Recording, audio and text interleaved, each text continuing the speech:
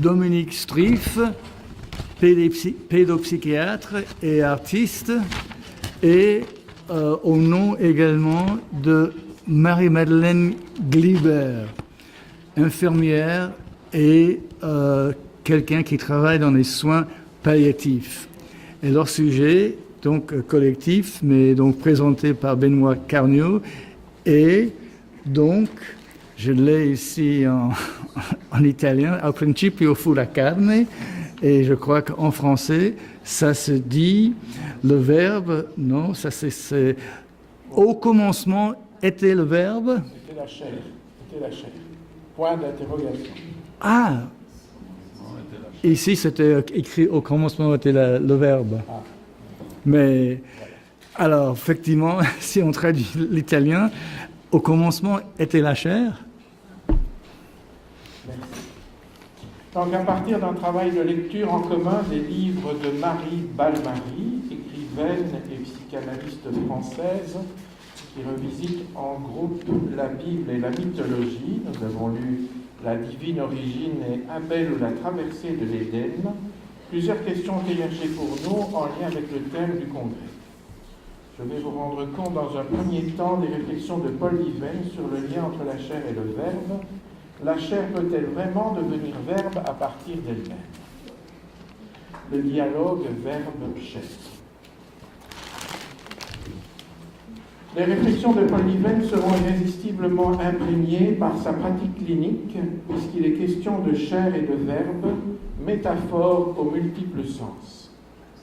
L'incarnation du verbe, logos, est un heureux événement, comme le sont aussi la plupart des réalisations humaines, à partir des découvertes intellectuelles et des élans généreux.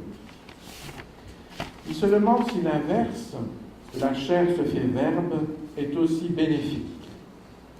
La chair rappelle l'effet de l'élément vital, le concret, le matériel, l'émotionnel, le réel, éternel inconnu. Le verbe rappelle le transcendant, l'esprit, la parole, la loi, la logique, la réalité, dans le sens où nous avons transformé le perçu du réel en pensée et en mots.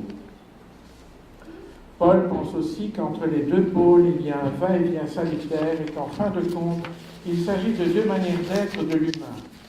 L'être qui dit et l'être qui fait, qui sont en quelque sorte gérés par le jeu. À titre d'exemple, on peut citer Claude Bernard. La médecine expérimentale est une médecine parvenue, si l'on peut dire, à l'état d'une science dans laquelle la pratique repose sur des théories expérimentales précises. Fin de citation. Donc, à partir de la chair, de l'expérience, vers une théorie qui revient vers la chair. Dans d'autres pratiques, nous constatons la pertinence de la réflexion du philosophe Alain, dans son livre Éléments de philosophie, qui date de 1941, je cite, « C'est le grand problème pour un médecin de découvrir le concret, c'est-à-dire le malade singulier qu'il a sous les yeux. » Fin de citation. Ce qui paraît révéler l'importance du verbe qui se fait chair, c'est que le réel est neutre, ni beau, ni laid, ni bon, ni mauvais. C'est le verbe qui lui donne sens, c'est-à-dire qui le met en rapport avec le moi. C'est le verbe qui fait être. Pour les objets matériels, le nom est le nom de quelque chose, et cela fait croire que le mot correspond d'office à quelque chose qui existe. Mais le verbe n'est qu'une parole. Pour les phénomènes du vécu, de l'esprit et de l'art, le verbe n'est qu'une dénomination d'un état d'âme, d'un éprouvé, d'un ressenti, d'une expérience consciente, d'un au-delà de la matière, éminemment variable selon les gens, et donc pas quelque chose qui existerait en soi, mais quelque chose qui n'existe que momentanément.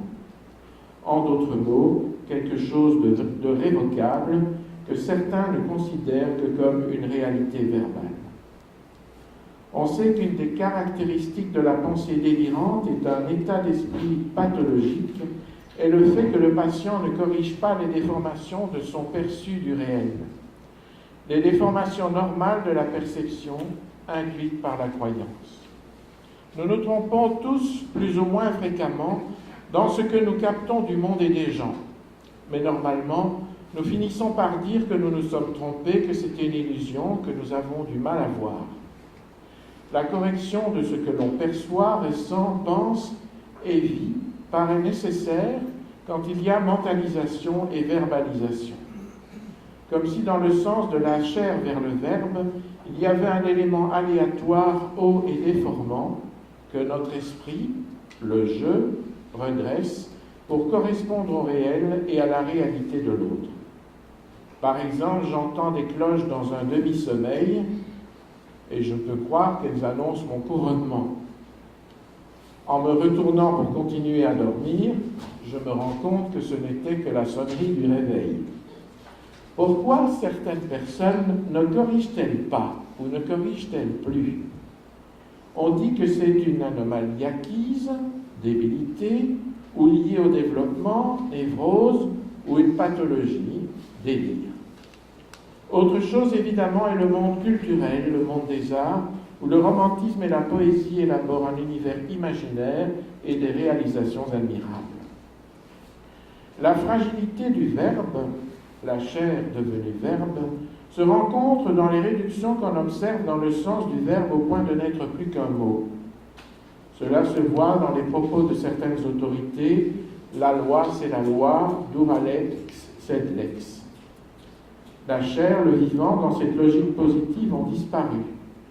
La parole ne semble pas présenter en elle-même une garantie. La parole est fabriquée et il n'est donc pas certain que parler libère. C'est la vérité qui libère, la vérité dite. Le phénomène de la projection en psychanalyse dans le transfert est aussi un lieu où se manifeste la déformation dans le va-et-vient verbe-chair. Le sujet prête inconsciemment aux expériences qu'il fait avec certaines personnes le contenu de ses attentes et de ses manques, et la réponse de la personne investie le déçoit, ce qu'il lui reproche par ailleurs. Lorsque l'enfant sait lire, cela signifie qu'il a appris à ne plus apercevoir la présence des signes. S'ouvrent alors devant lui les portes du sens qui donnent des perspectives filant vers l'infini. Les auteurs, comme d'ailleurs tous les créateurs, lèguent donc au lecteur la mission de donner corps aux signes sur la feuille. Et le sens que le lecteur va donner aux signes est caché aux yeux de l'auteur. Il semble donc qu'il n'y a pas de lieu sûr de la vérité, pas d'origine déterminée de la raison. Il n'y a pas de fin de la lecture. Quand la chair se fait verbe, il y a risque de syncrétisme, de condensation et de déplacement, comme dans le rêve. Il y a aussi des risques de réduction. Peut-on comparer le duo chair-verbe au duo esprit-corps, à ce vieux problème de rapport entre la raison et la foi, entre le rationnel et l'affectif?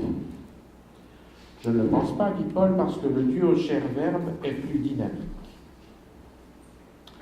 L'abbé Mistreuil poursuit cette réflexion à partir de sa clinique de thérapie familiale et à partir du matériel symbolique biblique travaillé en groupe avec l'aide de Marie Balvary. Que nous apprennent l'enfant et les familles dans une pratique de pédopsychiatrie? Au commencement est la chair qui peut devenir verbe. Est-ce là l'évolution du petit homme? Notre clinique de pédopsychiatre ne se raconte pas ainsi. Au commencement est la relation au sein de laquelle peut naître un petit être humain. Au commencement est la relation de ceux qui l'accueillent, au sein de laquelle il grandit. Il prend sa place dès la naissance dans cette relation avec tout ce qu'il est.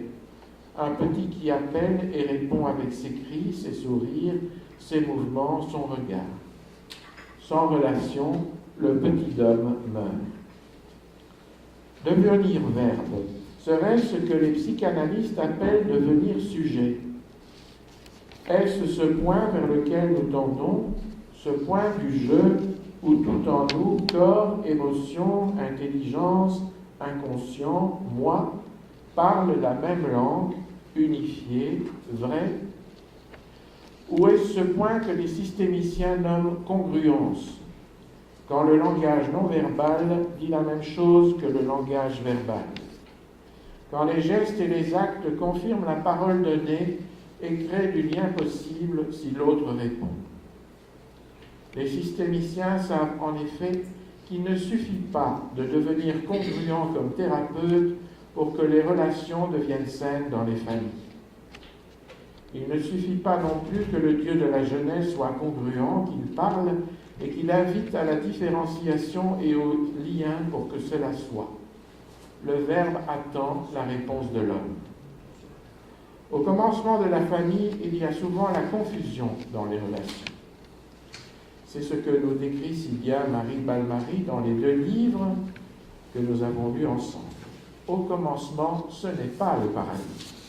Au commencement, c'est la confusion dans les relations. Et pourtant, le Dieu est là, congruent, parlant et faisant, défusionnant en vain l'homme et la femme par le don de la loi. Tant que l'homme et la femme ne prennent pas une place juste dans la relation entre eux et avec le Dieu, le Verbe ne peut se dire ni construire du lien.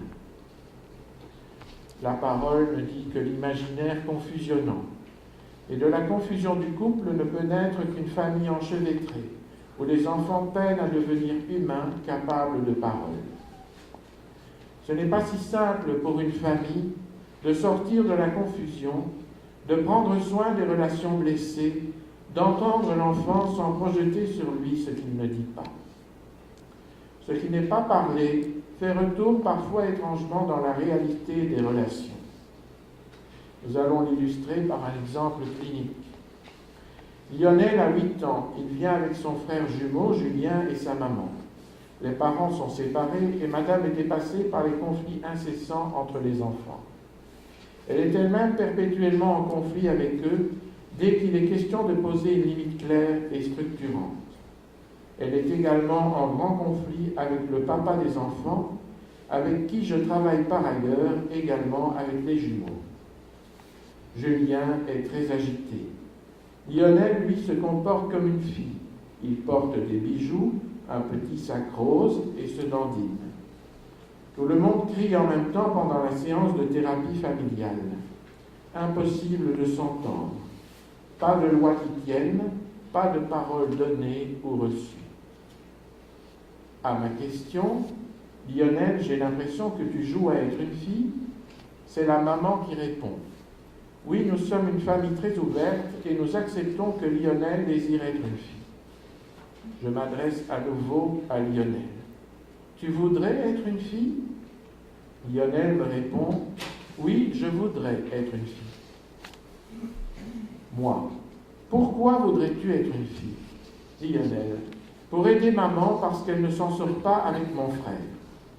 Moi, il faut être une fille pour aider maman. S'en est suivi une discussion très intéressante des enfants et de leur mère autour de la question de l'aide dont maman a besoin. Grâce à la parole de Lionel, on pouvait sortir enfin de la confusion et des projections et réfléchir à la loi. La première loi, celle de la différence, celle qui nous interdit d'enfermer l'autre dans l'image que nous avons de lui, celle qui nous demande de donner à l'autre la parole. Suite à cet entretien, sans que personne ne lui demande rien, Lionel a cessé de se déguiser en fille, mais le travail était loin d'être fini. Marie-Madeleine Guibert poursuit notre réflexion à partir de son expérience avec les personnes en fin de vie. Les soins palliatifs, dernière chance pour devenir verbe. Des pionnières telles que Cicely Saunders, médecin anglaise, ont perçu par l'écoute des patients mourants leur capacité à faire de cette partie de leur vie une réussite. Parmi ces pionnières, citons aussi Elisabeth Kubler-Ross, psychiatre suisse, qui, toujours par l'écoute des patients mourants, développe les différentes étapes de deuil parcourues par ceux-ci face à la mort. Ainsi émergent dans nos sociétés occidentales des soins dits palliatifs parce qu'ils couvrent la fragilité de notre être d'un manteau, le pallium. Ces soins prodigués aux personnes confrontées à la mort et à leurs proches, outre une connaissance technique permettant d'atténuer, voire de supprimer les douleurs, développent un savoir-être facilitant l'expression et l'accompagnement des émotions bouleversantes de cette période de la vie. En effet, la vieillesse, la maladie, la fin de vie nous confrontent à nos limites, perturbant nos facultés physiques, psychiques et sociales, entraînant une dépendance, une vulnérabilité, des peurs et des angoisses. Si ce mal-être est masqué ou refoulé, l'humain s'enferme dans l'isolement. Si au contraire l'humain est accompagné, il peut faire de ces moments l'occasion d'accroître sa vie personnelle de sujet, voire de la faire advenir si celle-ci était restée enfouie en lui. Marie Balmary, dans ses relectures bibliques, à la lumière de son expérience psychanalytique, montre l'importance de l'émergence du sujet, du devenir verbe, pour réaliser la nature profonde de l'homme, essentiellement être de communication. C'est la parole laissée ou rendue au patient et à ses proches qui permet ce cheminement. Le moi s'éveille par la grâce du toi. Citation de Gaston Bachelard, préface à Jeux études de Martin Buber. Pour devenir verbe, c'est-à-dire l'être qui dit, Marie Balmary montre la nécessité de la présence et de la loi. L'interdit de manger du fruit de l'arbre de la connaissance du bien et du mal dans le jardin d'Éden, en Genèse 2,16, est interprété par Marie Balmary comme l'interdit de manger l'autre, c'est-à-dire de l'utiliser comme objet-chose. Le juste rapport à la loi donne la juste présence nécessaire à l'accueil de l'autre. Cette présence, je avec toi, va permettre aux patients et à ses proches de traverser les différentes étapes du deuil, le déni, la colère, le marchandage, la dépression, l'acceptation, pour atteindre, si possible, l'acceptation de la mort, voire son oblation pour le croyant, comme le fit Jésus sur la croix. Cette présence auprès des patients se manifeste par une manière d'être, à travers le regard dans lequel le patient conserve ou découvre sa dignité, à travers une écoute qui accueille l'autre avec ses désirs et ses valeurs tels qu'il est, à travers un toucher, entre autres celui des soignants, qui exprime la tendresse vis-à-vis du corps souffrant, etc. Toute manière d'être qui témoigne d'attention dont Marie Balmary dit qu'elle est la forme la plus rare et la plus pure de la générosité. Mais tout comme dans le jardin d'Éden, cette approche de la fin de vie qui devrait devenir une manière de vivre nos relations aux autres et à nous-mêmes au quotidien est sans cesse menacée d'être mangée, récupérée par une société de plus en plus rationnelle et technique, réduisant l'homme à la position d'objet-chose. Ainsi, les connaissances techniques de cet art de soigner sont-elles le plus souvent utilisées pour masquer les difficultés de cette dernière étape de la vie par des soignants qui, pris dans le flux contraignant de notre civilisation moderne, ne prennent pas eux-mêmes le chemin du devenir verbe. Or, la qualité des soins palliatifs est intrinsèquement liée non seulement à la qualité des connaissances techniques, mais à la qualité d'être du soignant. D'où l'impérieuse nécessité, comme le rappelle Marie Balmary dans son livre La divine origine, de devenir ou rester sujet pour soi-même comme pour les autres, et tout spécialement pour offrir aux patients mourants la possibilité de garder ou découvrir dans sa chair souffrante le Verbe. Je vais maintenant moi-même poursuivre cette réflexion de groupe à partir de la théologie. Quelle est la place de la loi dans le devenir verbe? Et de quelle loi parle-t-on dans la Genèse? Nous souvenons que l'Écriture est l'âme de la théologie et non une arme de la théologie. Nous repartons de la Genèse. Dans le récit des origines, la tentation se présente sous la forme de l'imitation, de la volonté d'indifférenciation. Vous serez comme des dieux, dit le Satan en Genèse 3,5. Non pas une appropriation, comme dans le don de l'altérité, mais une simple imitation, possibilité de pouvoir être tout, mais sans être soi, faute d'un vis-à-vis qui soit qu'une autre pour le révéler. Vous serez comme des dieux, dit le serpent. L'interdit divin, vous pourrez manger de tout sauf de l'arbre de la connaissance du bien et du mal, avait pour but de limiter le tout, afin de préserver un espace où se révèle la présence de l'autre, par laquelle advient la présence à soi. Le mensonge du serpent révèle sa perfidie à travers la gêne de la nudité. L'altérité au moins génitale demeure mais fait honte. Le désir de prendre remplace celui de donner. Manger la loi de la différence, supprimer l'interdit d'être l'autre, c'est vouloir être tout au prix de ne plus être soi. Seule l'acceptation du manque et des limites qui le désignent donne l'identité. Et seule l'identité peut se faire hospitalière pour l'altérité. Le serpent des origines a investi l'image perverse de Dieu qu'il avait suggérée à Ève, un Dieu tyran et jaloux de ses prérogatives et qui fait peur. Un Dieu idole qui fascine parce qu'on aimerait pouvoir être comme lui. Si l'homme et la femme se cachent et se sentent nus, c'est donc parce qu'ils ont mangé l'interdit. La peur vient en ceux qui se croient désormais défavorables, comme ils ont eux-mêmes, comme ils ont eux-mêmes dévoré. L'humain est mis à nu.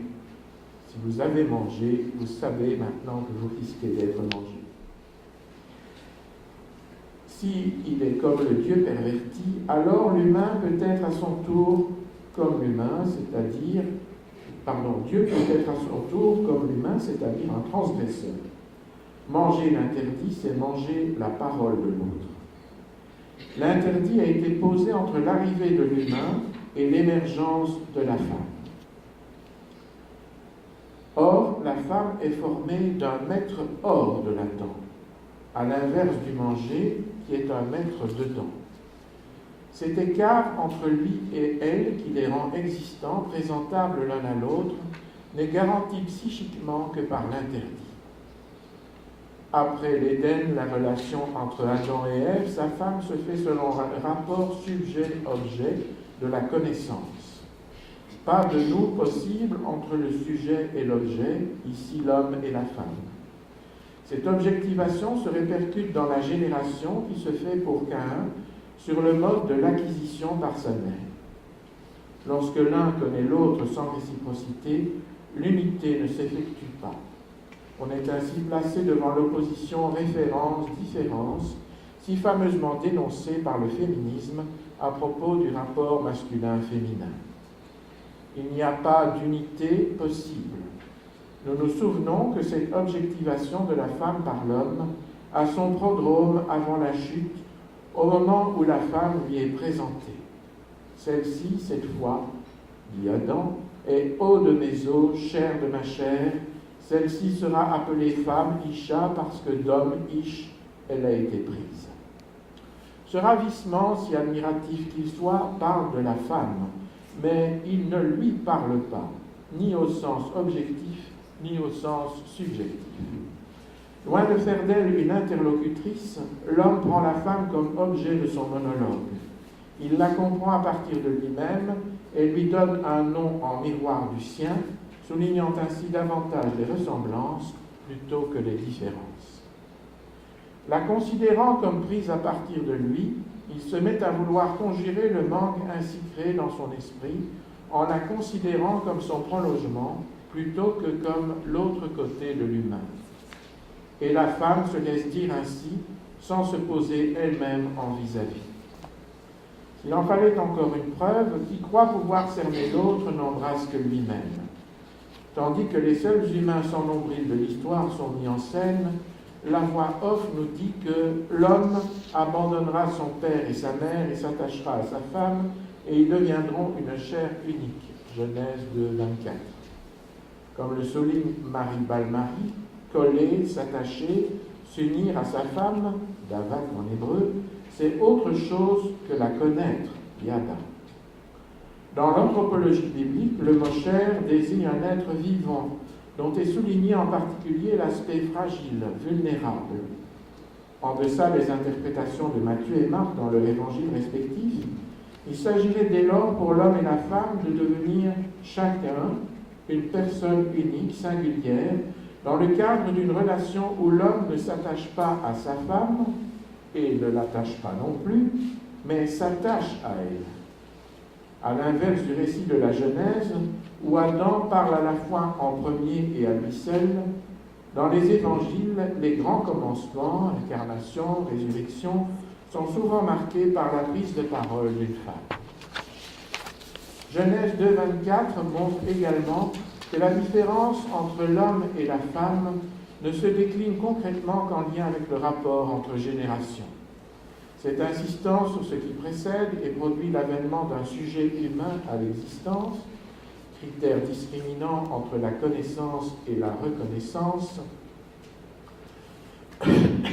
pointe vers l'ouverture potentielle au mystère d'une autre existence, insubstituable, inaliénable, indisponible. La reconnaissance et la loi ont partie liées.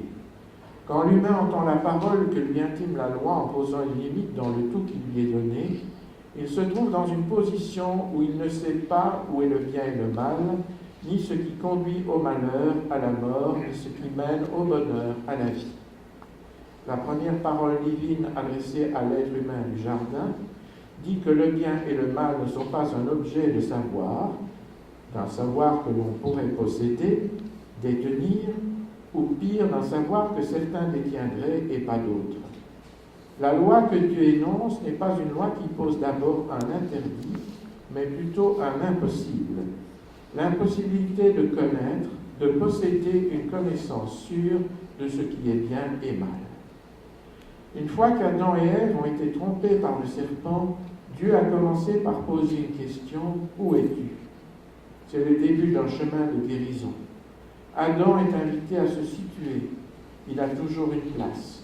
Il est possible de parler de l'invisible faute. Il est nécessaire de qualifier l'inqualifiable.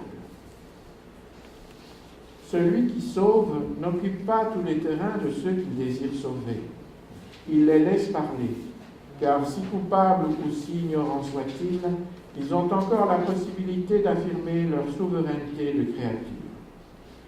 Cette loi invite donc à la foi, car si on oublie ou si on refuse de croire que celui qui donne la limite est aussi celui qui a donné la vie, et que l'objet du commandement c'était la vie et la mort, si tu touches à cet arbre, c'est certainement tu mourras, alors la limite en vient à éclipser tout ce qui est donné. Et c'est ainsi que l'arbre de la connaissance du bien et du mal finit par occuper le centre à la place de l'arbre de vie. Vous pouvez voir ce glissement en lisant Genèse 2,9 d'un côté et 3,3 de l'autre. La limite excite la concupiscence qui délaisse le sens premier de l'interdit, à savoir l'appel à une maîtrise de soi pour mieux se situer par rapport au monde créé. La loi qui est donnée reste pourtant toujours une protection. En ce sens, elle gardera toujours une objectivité et une extériorité, osons le dire, une transcendance. Il faut certes intérioriser la loi, mais ce processus est indéfini. Je pourrais encore vous parler de l'Exode, mais le temps qui m'était imparti étant écoulé, je m'arrête ici. Merci beaucoup.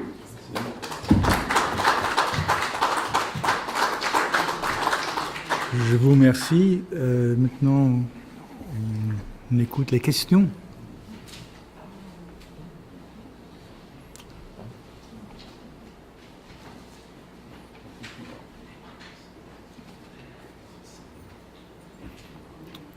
Est-ce qu'il y a des questions?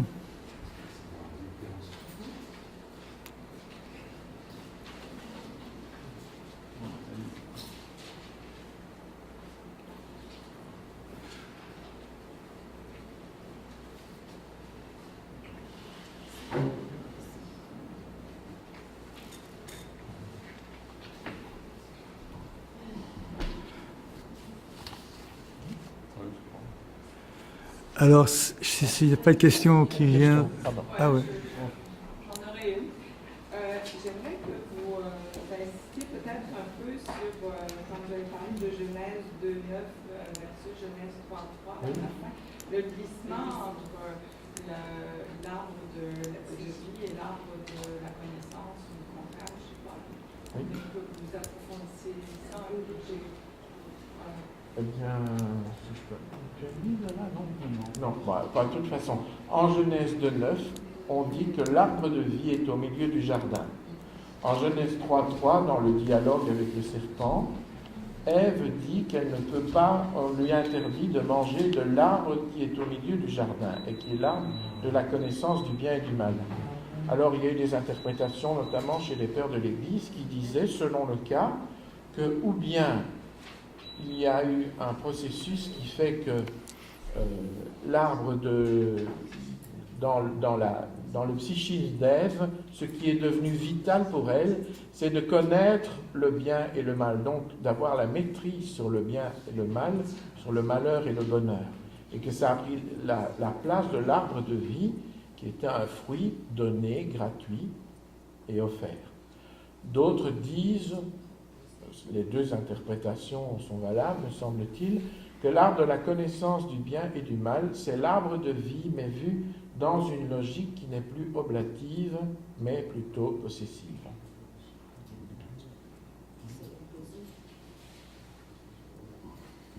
Je ne sais pas si vous souhaitez que j'approfondisse dans un sens. Oui, mais dites-moi dans quel sens alors. Connaissance possessive versus connaissance du bien appropriatif du bien et du mal versus l'arbre de vie qui pourrait être relié à quelque chose de plus spontané ou d'une vie intérieure mais en action, on pourrait dire, donc plus incarné peut-être, versus l'arbre de la connaissance qui serait relié à des règles du bien et du mal, quelque chose comme ça. Est-ce que c'est ce que vous signifiez? Mais quand on parcourt la sémantique du verbe connaître dans la Bible, on parle souvent connaissance au sens biblique quand on parle par exemple des rapports sexuels. Souvent, il connut sa femme ou il connut une femme, ça veut dire un rapport sexuel. Mais il semble quand même que quand on balaye tous les textes, ce verbe signifie une connaissance qui est vraiment une possession et qui exclut partiellement ou totalement un dialogue et qui soit quelque chose où on est dans l'emprise et pas dans la réception. Et de ce point de vue-là, Genèse 2:9 marque l'offrande de tous les arbres à la disposition de l'homme, de l'humain, alors que la connaissance du bien et du mal telle qu'elle est, instillée dans l'esprit de l'homme et de la femme par le serpent, il s'agit plus d'une question de maîtriser, de posséder, d'avoir une connaissance qui délimite le donné et qui fasse que on dise, voilà, je le connais. Si je prends une cerise, par exemple, ce sera « je connais la formule chimique de la cerise », par exemple. Et donc, je crois posséder la cerise. Or, la cerise, elle a un goût, c'est très subjectif, elle est offerte, elle peut être l'objet de représentations artistiques, il y a d'autres dimensions, mais là, il y a vraiment une réduction et une emprise.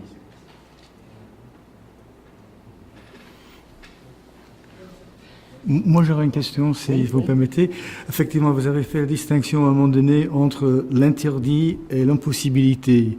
Et il me semble que ça fait effectivement appel à deux registres très différents. Disons, l'interdit, il y a comme une autorité qui, pour des raisons X, il dit que c'est la limite qu'on ne peut pas dépasser. Alors, l'impossibilité, c'est plutôt objectif. Donc, il me semble que dans l'interdit, il y a un rapport, une relation, et dans l'impossibilité, il y a simplement quelque chose qui n'est simplement pas réalisable. Est-ce que... L'impossibilité, elle est marquée, tu ne peux pas manger du fruit de cet arbre, car si tu en manges, tu mourras. Et donc, c'est une contradiction avec la logique du jardin où c'est la vie qui est donnée. Évidemment, il y a un interdit, mais qui est donné pour marquer l'impossibilité. Et ce qui joue, ce n'est pas tellement l'interdit en lui-même, mais c'est aussi la confiance qu'on a ou non dans celui qui donne l'interdit. C'est donc d'abord une question de foi ici, de foi, de confiance et de relation. Et c'est ce qui détermine le fait que s'il n'y a plus cette relation de foi dans celui qui donne l'explication et l'interdit, il peut effectivement y avoir aussi un manque relationnel ou une absence relationnelle entre les humains. Et il y a un rapport qui se fait dans le texte à ce niveau-là. Merci. Merci. Oui? Suivant cette logique, Oui. donc la mort serait l'humain, parce qu'il fait le choix Oui, de toucher à l'âme, tout à fait. alors que Dieu serait du côté de l'immortalité de l'humain. Et Oui. c'est là où moi je lutte sur quelque chose. Oui, Parce que je dans comprends. la logique religieuse, dans la logique théologique monothéiste, s'il y a un écart entre le divin et l'humain, c'est justement là, c'est par rapport à la question de la mortalité.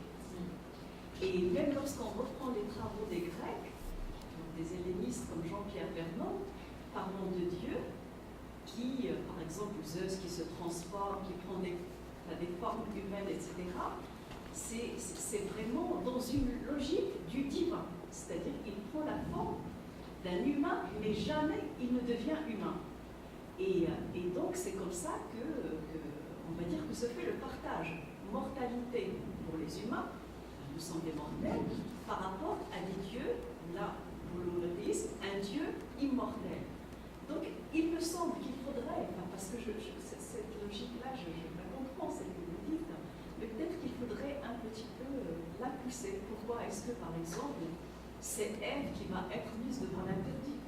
Par exemple, si on prend l'épopée de Galgamèche, le symbole du serpent, ça n'a rien à voir avec l'interdit.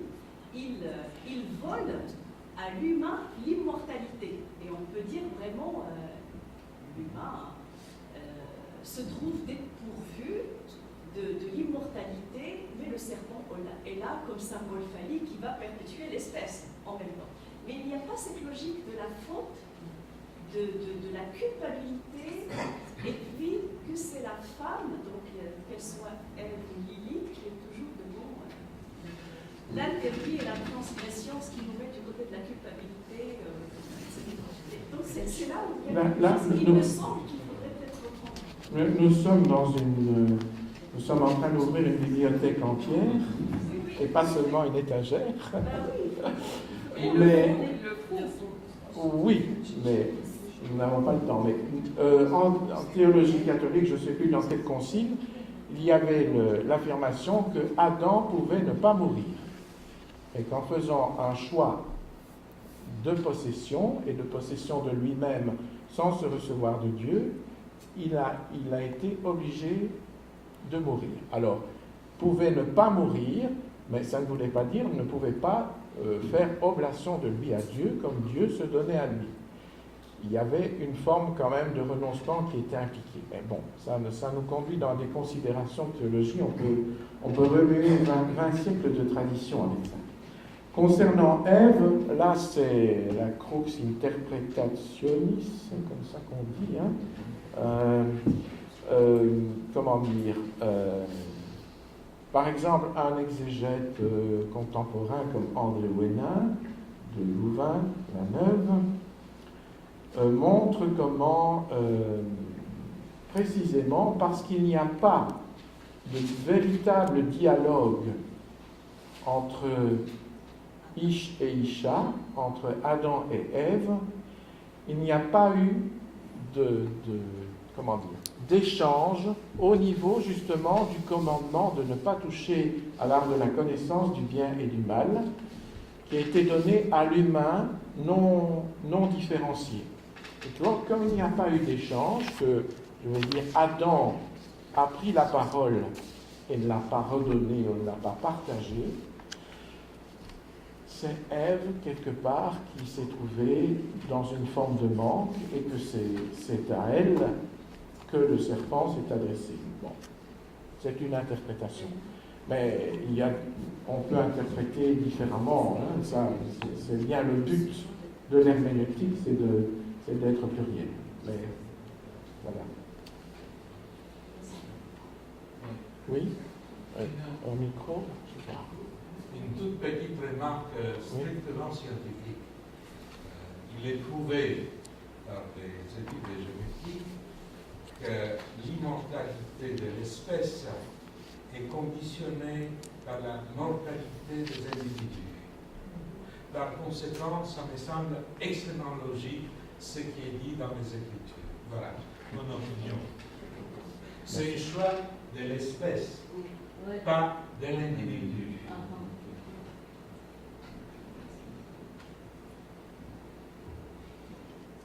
Bien.